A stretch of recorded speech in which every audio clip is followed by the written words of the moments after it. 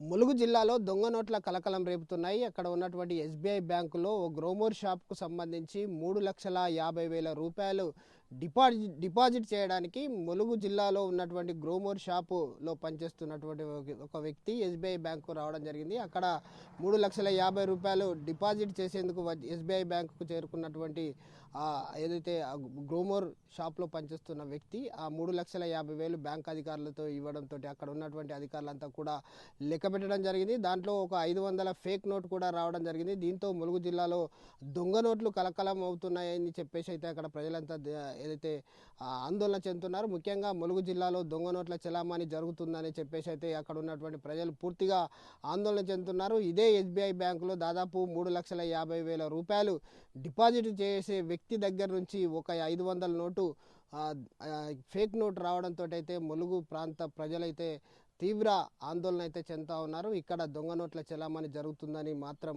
ప్రజలంతా కూడా నివ్వరబోతున్నారు.